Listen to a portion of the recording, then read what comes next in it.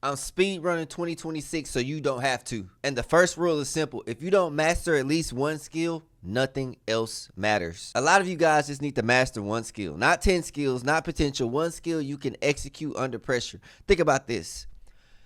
Let's say that you become a master in that field. You become a master at doing that one thing. Then people start to recognize you, or they begin to know you from that certain skill set, that certain asset. It's almost like playing basketball. Like, let's say you a spot up shooter. You not a flex point guard. You're not a power forward. You know what I'm saying?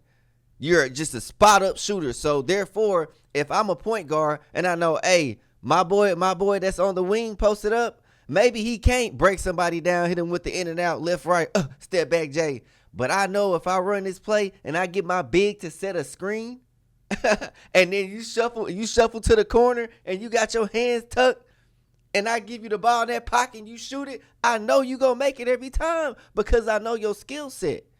But the problem is, a lot of people, they don't get good at one thing. They try to get good at everything. And when you try to do that, you become good at nothing. Think about that. You become good at nothing. Do you think Ray Allen became one of the best shooting guards to play in the league by focusing on BS? I mean, sure, he probably was in the gym, working on his moves and dribbling, but his core, his basic things that he was really good at was spotting up and shooting that rock, and he got great at it, and he made millions of dollars learning how to shoot. That was it. That was his role. His job wasn't to bring the ball up and run the whole offense and break somebody down with the internet crossover and go in the lane and jam stick on somebody. You feel me? He got good at one thing. So with that being said, you need to write down, figure out, what are you good at? What are your skill sets? What is something that you naturally have to where you're like, oh, I don't even have to practice this, or this comes easy to me and I can market it and actually put all my efforts into becoming the best version of myself performing that skill. Write it down for me. That's your homework for tonight. Write down, what are you good at? Maybe 3 or 4 things, and then out of the 3 or 4 things, okay, pick the best one. Like, okay, I'm very good at talking, or okay, I'm very good at writing, or okay, I'm very good at developing systems and structures, or oh, I'm very good at organizing things. There's so many ways to get paid in the world. You just have to figure out your angle. What are you good at? How do I market? And then you attack every day, no days off, for however long you want to do it, and just keep doing it even when it's boring, even when the results are not coming. Delayed gratification. Everybody wants to be successful overnight. It doesn't happen that way. It doesn't happen that way. Think about this. You think Steph Curry became one of the greatest shooters in the league overnight? You think it just happened in one night? At one point in time, Steph Curry, they said he was undersized, not big enough, and would not last in the NBA. Steph Curry, think about that. The man who changed the league, the man who made it cool to shoot 3-pointers. At one point in time, you had NBA players on a fast break with a wide open lane for a free dunk. Back in the day, it would just been 2 points. They running out to the 3-point line and shooting it on a break. That took time. That took dedication. That took pain. But he was in the gym putting in work. Ask Steph Curry how long he's been playing basketball. Ask Steph Curry how long he's been working on his jump shot. Ask Steph Curry how many repetitions it took in order to shoot that ball with so much efficiency to where it looks easy. It look easy, but it's not. You need to operate in that same type of mind frame, in that same type of system. You need to have people around you to hold you accountable. A lot of y'all can't hold yourself accountable, and therefore you need someone to hold you accountable. There's nothing wrong with that. You need someone to structure your life. And if this sounds like you, reach out to me on Instagram. My Instagram is @DJ1Hughes. The link is at the top. Reach out to me, shoot me a DM, and let's work, because I want to see everybody succeed. Now, the next thing, you need to create an offer. This is where a lot of people fail. You have skill, then you have ability. You have an offer equals money. Skills don't pay the bills. Offers do. And I'm going to say that again. Skills don't necessarily pay the bills, but offers do. Your offer is everything. You need to break this down and identify this. Who is it for? What pain does it remove? and how fast does it work, or how fast can we implement this into their business or into their day-to-day lives or into whatever systems that they have in order for it to work. If your offer doesn't clearly save time, make money, or reduces stress, it's weak. I'm going to say it again. If your offer doesn't clearly save time or makes them money or reduces stress, it's weak.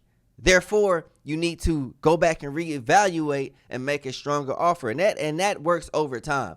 You know, your first offer is not going to be good as your next offer 6 months from now, because you're putting reps, you know what I'm saying? You're getting those jump shots in. So make sure the offer solves a pain point or makes their lives easier. If I had, let's say, for example, it's a fitness offer, and I say, hey, instead of working out 6 days a week, how about you go to the gym 3 to 4 days out the week, okay? And you're only going to work out for an hour to 40 minutes, but it's going to be high intensity. You're going to do 2 to 3 working sets and then 1 set till failure. That frees up so much time, because imagine if you're working out 6 days a week, okay? And then you're in the gym for 2 hours and you feel like you don't have time to do anything. I just freed up so much time. Therefore, it you know what I'm saying, it targets that pain point. And what's crazy is I actually bought the book that Alex Hormozi wrote. If you don't know about Alex Hormozi, I mean, made hundreds of millions of dollars, started from the ground up, failed, started, then finally caught his breakthrough. I think it's called $100 million offer. And he always talks about the offer. He always talks about what pain point does it solve, or how does it free up time, and how can I get the highest ROI on that offer? What can I get, and what can I get in return? What is my investment? What is that? So therefore, if your offer is so good, imagine an offer is so good to when people see it, they have to be like, man, this is insane. Like, I get all this, or man, this is crazy. Like, this is really going to help my business that much. That's how good your offer needs to be in order to generate income, or in order to generate momentum. Because sometimes a lot of people don't have momentum. In order to get momentum, you have to charge a premium price, but also your offer has to be very good, and then you must deliver and have value. Value is key, and I'm going to talk about that next up. Now, when it comes to providing massive value isn't doing more necessarily. It's not about working more. It's not about taking so much time to where it's taking up all your day. It's about solving the right problem completely. I'm talking about you're removing the whole pain point. For example, let's say I'm offering this service to where, hey, if you do these type of stretches, you will lose your back pain that you've been suffering from for the last 20 years. And they do it every day for a month. And at the end of the month, it goes away. Think about that. Like, oh, man, that really works. And then word of mouth happens like, hey, my back been hurting since 1950. And then, hey, I just bought this dude's program, and now my back don't hurt. That's value. Now, when it comes to delivering value, when it comes to being valuable, you want to over-deliver on clarity. Remove confusion. Build systems that people can repeat. I'm going to say it again. Over-deliver on clarity. This is what they get. This is what they should expect. Remove confusion. If you can't explain to someone what you do in like 10 to 15 words, you're making it overcomplicated. For example, hey, what do you do for work? Oh, I help people get in shape by going to the gym. There you go. That's it. Or I help clothing brands scale at a profitable rate. There you go. Or I run ads for brick and mortar businesses to get more leads. There you go. It's that simple. Then build systems that people can repeat and they can follow and they can implement them quickly. If it takes them 2 to 3 months in order to implement your systems, then they're never going to come back to you. They're going to be like, oh, this is a waste of time because I can't even do it because it's too complicated. So structure it to where it's simple, concise, and people can follow your directions. You need to make sure you have those 3 things checked. And I'm not going to play with y'all, man. The cold truth is people don't pay for effort. People don't care how hard you're working. People don't care how long you've been working on this program, or how long you've been trying to make this thing work, or how long you've just been doing stuff, okay? They pay for outcomes. They pay for results. If you can get results, if you can make things shake, if you can prove to them that, hey, I'm the guy, I'm the man for the job, and I get done, or whatever I'm saying, if you implement these skills into your business, you will make more money. That's the only thing they care about. So therefore, you need to master that. You need to figure out what lane, what skill, and what's my offer. Master it. And it's going to take time. Nothing worthwhile comes overnight. But once you master it, then the world is yours. It's your game. Then you start building leverage. A lot of people try to generate so much income and build wealth when they don't have any leverage. You don't have any skills. You don't have any assets. You don't bring anything to the table, and that's okay.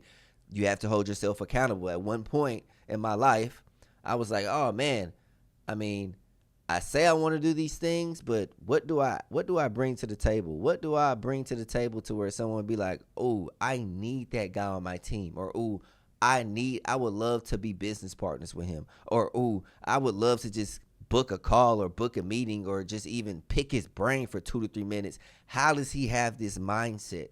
How does he develop these habits? How does he get up every day and still put the work in and still stay positive? Those are massive traits, but you have to build those over time. You have to learn how to talk and communicate to people. You have to believe what you're saying. Speak with conviction. Because if you don't believe in yourself, why would someone else believe in you? You have to believe that you are the man for the job. You have to believe that you are going to be successful. You have to believe that even though your situation is worse and you feel lost and you feel hopeless and you feel depressed, that you can pull yourself out of it because you're the one that's going to have to do it. And I'm telling you that, okay? Because I've been through it personally. And it's going to be ups and downs. There's going to be times where you're going to be making the most money ever in your life, and you're still going to have trauma, stress, and problems. More money, more problems, bigger problems, okay? Think about that. Imagine going from struggling to pay $1,000 of rent to now you're wondering like, oh, man, how the hell am I going to pay my sales rep this $300K and I didn't got the money? You know what I'm saying? Like, it's levels. So each level, you're going to have bigger problems. You're going to have more responsibility. But you have to take accountability first. That's the first step.